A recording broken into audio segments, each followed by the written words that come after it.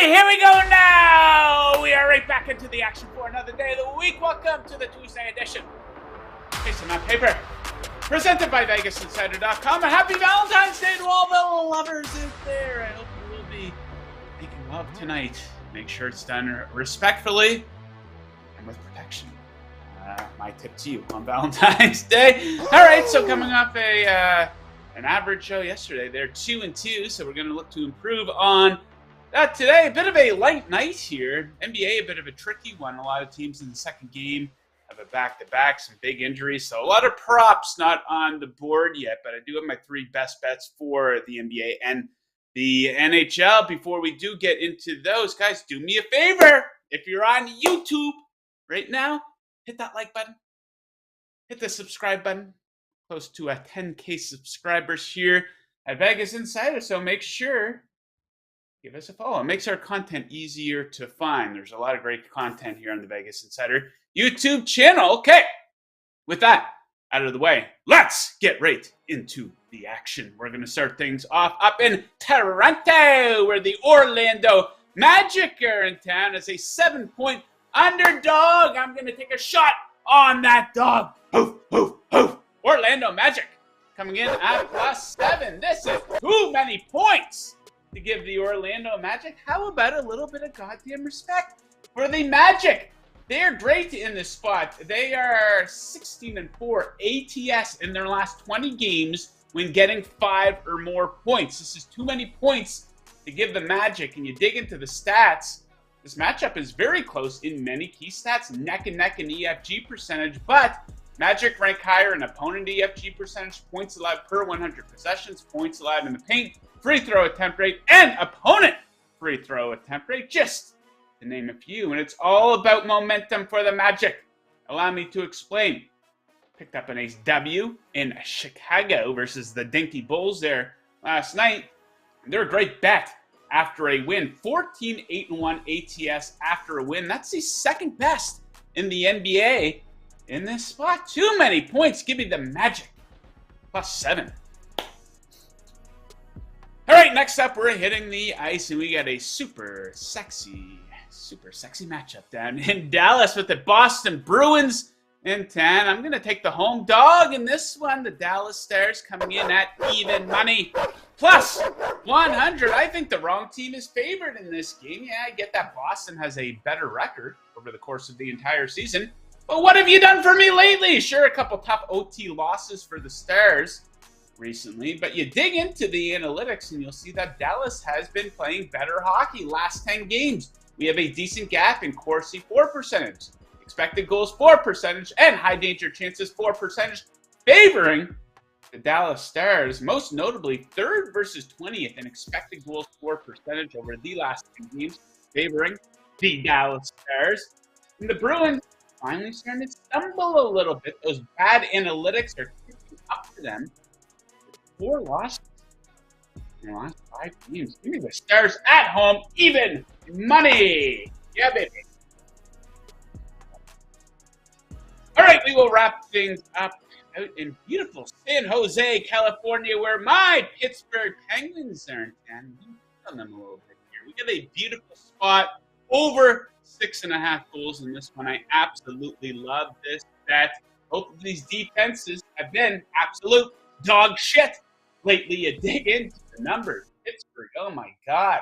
Bottom 3 in the NHL over the last 10 games in expected goals allowed, high danger chances allowed, and shots allowed. San Jose a little bit better, bottom 11 in each of those categories. These are 4th and 5th in goals allowed over the last 10 games. However, offensively, they are both flying. Expected goals for over the last 10 games, 2nd versus 4th, and high danger chances 4th. Following this span, and the over has been a red hot net all season long in San Jose. 17-61 for the over, including 7 and 8. 7 out of their last 8 at home. Usually over 6.5 goals in San Jose with the Penguins. Absolutely. Man, could you imagine being the people over at TNT? They have the 2 big games scheduled tonight. You have the Boston Celtics in Milwaukee. Pretty much all the stars for Boston are out. Smart, And Jaylen Brown are out for sure. Jason Tatum is questionable, unlikely to play in that one. So you can scrap that one. Not a whole lot of people will be interested in that. Then you go out to the West Coast game. It's supposed to be a big game between the Clippers and Golden State. Of course, we know Steph Curry is out. Second game of a back-to-back, though, for the Warriors. So they might sit even more guys than that. So not a good time to be in the NBA TV business. Paying a bunch of money to broadcast those games. I kind of do. If the Warriors guys all do play, I kind of do like them at +8, but you kind of need to know second game of a back-to-back if Clay and Poole and the big dogs, Wiggins and Draymond are going to play. So we'll wait. Stay tuned and check out my Twitter feed. I might have some more action later on in the day. If you're looking to get in on some action here tonight, I highly recommend placing that action over at BetMGM. Let me tell you a little bit about them. It's never been easier to bet with confidence. That's because the king of sportsbooks is giving you a can't-miss first bet offer with up to $1,000 back in bonus bets. Sign up with BetMGM using the code VIBONUS. Get a first bet offer up to $1,000 paid back in bonus bets if you don't win. That's VIBONUS, all one word, no spaces, for a first bet offer of $1,000 paid back in bonus bets if you don't win. Just use the code VIBONUS. Visit BetMGM.com for terms and conditions. You must be 21 years or older to wager. Offer is for new customers only. BetMGM, the king of sportsbooks, baby. Bang! Bang! It's good. BetMGM. All right, yeah, just because football season's over doesn't mean the action ends. A lot of big events coming up during the spring here to fill the void of no football, no big primetime games. So a lot to look forward to here. Of course, we're going to have the conference tourneys, March Madness, the Masters, bunch of big UFC fights. WrestleMania is still real to some of us, damn it. The Daytona 500 going down this weekend. But there's a couple of big dates, a couple of big events coming up here that I want to discuss, because I think that these events, they're not garbage, but I think that they are extremely overrated. And let's start with this weekend. Of course, it is the NBA All-Star Weekend and All-Star Saturday night. They have all the competitions, and for some reason, the slam dunk competition is considered the main event of this night. And I think that the slam dunk competition is incredibly overrated. Do not waste your time watching this. About 1 in 7 of these things are good. You're better off just waiting until it's done, and you can spend 3 minutes watching the highlights on Twitter. You know, a lot of people are coming around. They would agree that the three-point shooting competition, there's more drama. It's better, and that's due in large part to the fact that the stars actually come out to compete in that. This year, Damian Lillard, Tyrese Halliburton, Lauri Markkanen, just name a few. You look at some recent winners over the past decade here. Steph Curry twice, Clay, Kyrie won it. Devin Booker won it. The big stars come out. The big stars do not come out for the dunk competition now. Here's who's competing in the dunk competition this year. Jericho Sims. Now, do you know off the top of your head what team Jericho Sims plays for? If you're a hardcore NBA fan, you probably do. If you're a casual NBA fan, you probably don't. But Jericho Sims, you looking forward to seeing him compete this year against KJ Martin, Trey Murphy, and Mac McClung.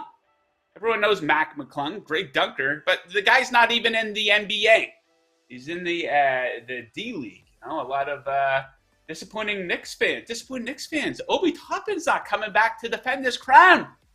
What is going on there? But it's the same thing year after year with this dunk competition.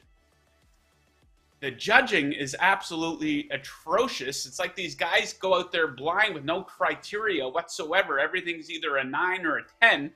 The dunks, you're going to see one of these guys throw on a throwback jersey and jump over somebody, and it'll automatically get a 10 out of that. It's ridiculous. So, yeah, the dunk competition used to be great, but not so much in recent years. So, who's at fault for the decline of the NBA dunk competition? I'll tell you who it is.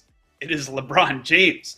And I might sound like a hater, but this is a LeBron James-friendly show. You guys know that. But LeBron is at fault for the decline of the dunk competition.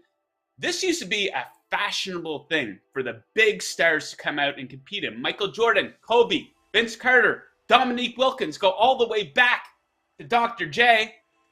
even Dwight Howard and Blake Griffin. But the big dogs don't come out anymore because they don't see the other big dogs coming out to compete. And it kind of started with LeBron. You know, everyone expected him to come in and compete in this thing, but year after year, he declined. And that's kind of when it started, with the big stars not coming out to compete. And that's a big reason why the dunk competition absolutely stinks. Nobody knows who these guys are. Jericho Sims? Are you kidding me? Yeah, so anyways, to each their own. A lot of people really like it. I find it just gets so overhyped, and you get there and it's 7 minutes between dunks, and the three-point shooting competition is much better. So, I don't know. They got to convince the stars to come out and compete in this thing. Maybe throw some more money at these guys. Okay, so that's a big thing kind of coming up. And something else coming up, big time, Major League Baseball. That's really going to start to ramp up here soon. Talk on that with spring training right around the corner. And, of course, the big dates on their calendar is opening day. And the idea of opening day is fantastic because it symbolizes the start of a new season.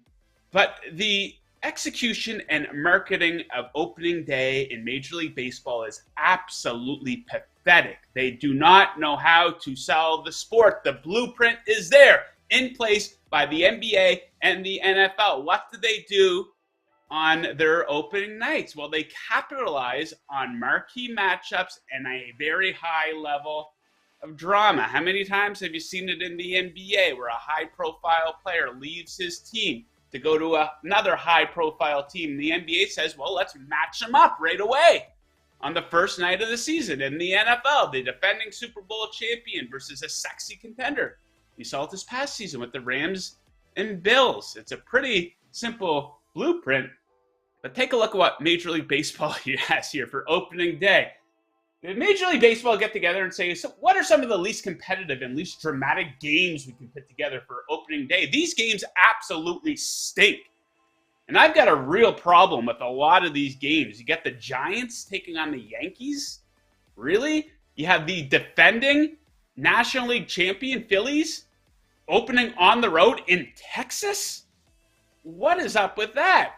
One of the worst ones here, the team with probably the most buzz entering the season, the New York Mets. You can pit them up against almost any other team in the division. No, the Mets open their season on the road in Miami. No one gives a shit about that. And then you have what should be a marquee opportunity. The defending World Series champions. Why not put them up against a big rival? No, you got the Chicago Shit Sox coming to town. Nobody cares about that matchup. The National League West.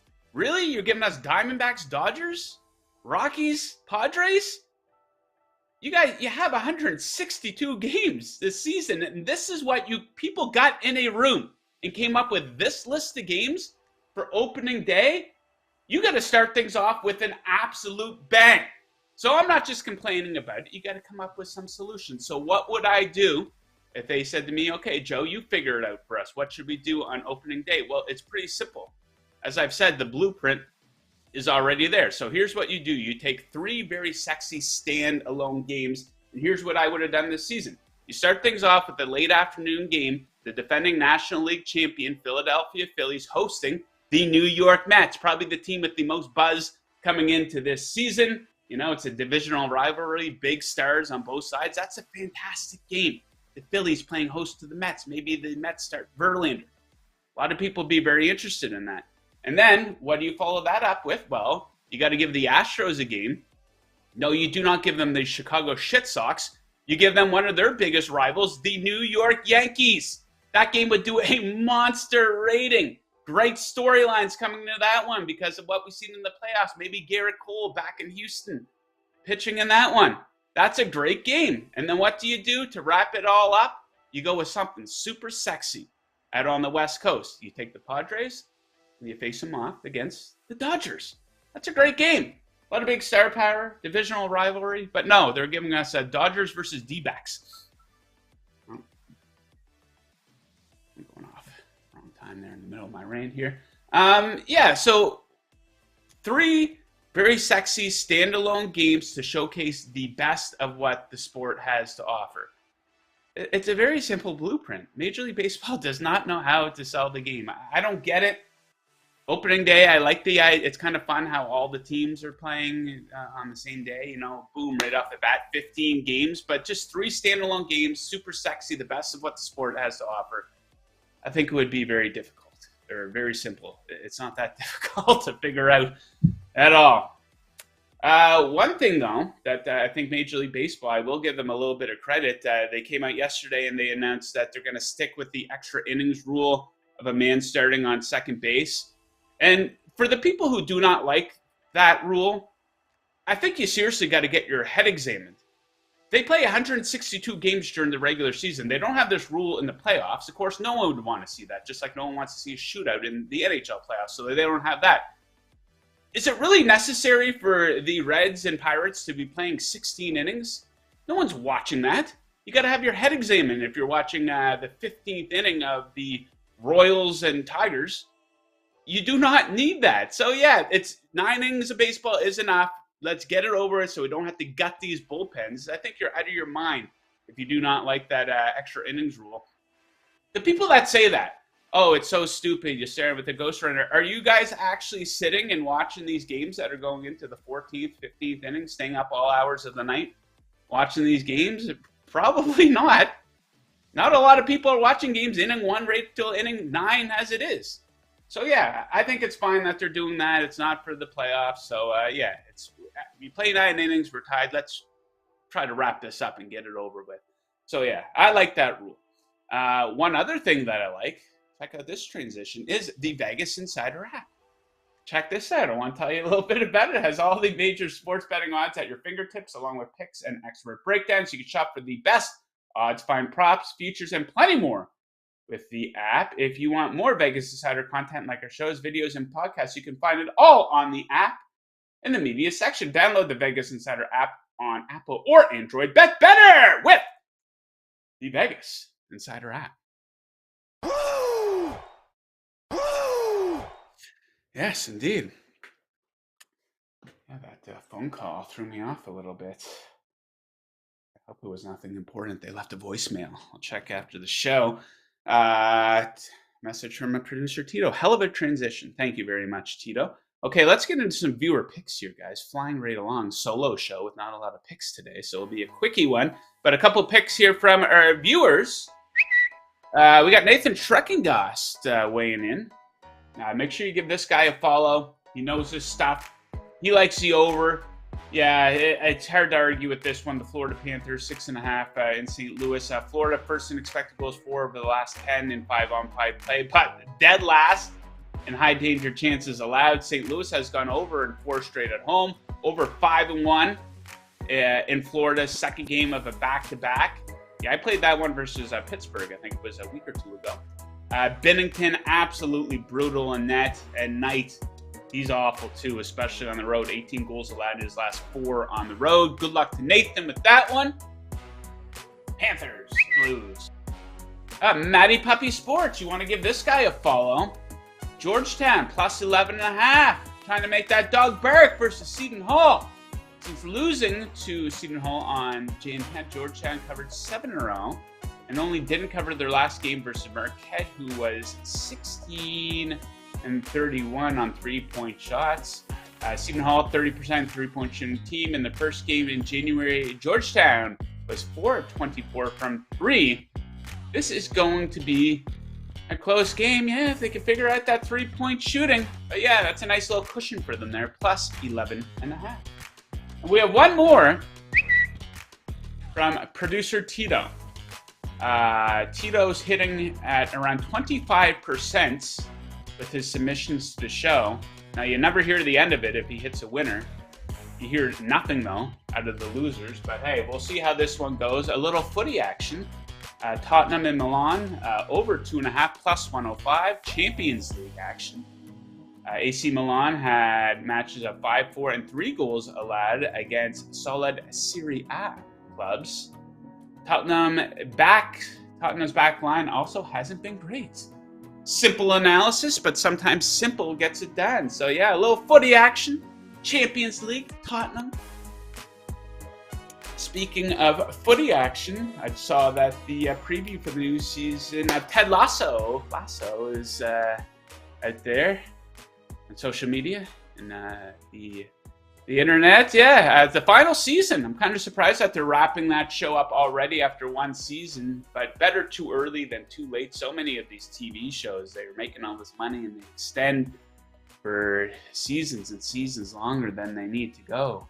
The show Dexter, ring a bell. The Office, ring a bell. Billions, ring a bell. So yeah, Ted Lasso will be wrapping up after 4 seasons. It looks like Nate will be the bad guy. Don't you hate Nate on that show? I can't stand him. So yeah, kind of surprising that they're wrapping up after just 4 seasons, but hopefully they'll end on a high. One of the best shows on TV. Okay, guys, let me tell you a little bit about today's handicapper heat check presented by VegasInsider.com, your home for the best expert picks in the business since 1997. Today's featured expert is Scott Rickenbach, who swept the board with a perfect 3-0 record last night. AAA Sports continued their domination going on a 13-3 NBA run and 12-2 college hoop streak. Tim Michael is freezing books with a 15-3 NHL win streak. Visit VegasInsider.com/picks for tonight's top plays. That's your handicapper heat check. Stay hot, bettors. Woo! Okay, I almost forgot. We put out a little poll here on the Vegas Insider Twitter feed this morning. It is about All-Star Weekend, asking you guys what you like more. The slam dunk, yeah, a lot of people seem to be agreeing with me. 69.5%. The three-point shooting competition. It's the big stars, man. When you got the Currys and the Clays and the Devin Bookers and Damian Lillard's out there competing. Buddy Hield, but he's not a big star by any means. But you know what I mean. The recognizable faces, me with the slam dunk competition. They rolling these guys out there. It's like, who's this guy? Never heard of him before. Jericho Sims? My God. So yeah, they should make the three-point shooting competition the main event of this thing. And do you think, like, with LeBron and Zion's kind of got excuses for not doing it, the injuries and whatnot, but I think there's been so many examples of, remember the Birdman Anderson slam dunk contest where he missed like 11 in a row? I remember Nate Robinson had a couple rough goes at her when the guy, it's embarrassing. You're sitting there on an island, a full state arena full of people and millions on TV, and you're missing dunk after dunk after dunk. It's embarrassing. A lot of pressure. So maybe the LeBrons of the world and these big time guys are like, you know what? I don't need that pressure, because if I show up and perform badly, that's going to stick with me for the rest of my career. Vince Carter, I think that was the best slam dunk competition performance of all time. Absolutely fantastic. And you know what one of the most underrated dunks was in the dunk competition? The Gerald Green blowing out the birthday candle. That was really cool, really unique. Sometimes these guys bring these gimmicks into it and it can be very lame. But here's the thing. I say it every year that it's a waste of my time to watch this. And I tell other people how overrated it is. I probably still watch it every year. And I'm disappointed. And I'm kicking myself, saying I knew going into this that it was going to suck, but I sit there and watch it anyway. So we'll see what's going on Saturday night. We'll see what else is going on, if there's anything else on TV. But not very excited to see Jericho Sims throw down here on Saturday night. All right, guys, that does it for today's show. Going to be right back at it tomorrow with Kevin Rogers, I think. Do me a favor. If you're still watching on YouTube, hit the like button. Hit the subscribe button as well. Best of luck with your bets tonight, unless, of course, you are fading me. And as always, keep chasing that paper. Woo!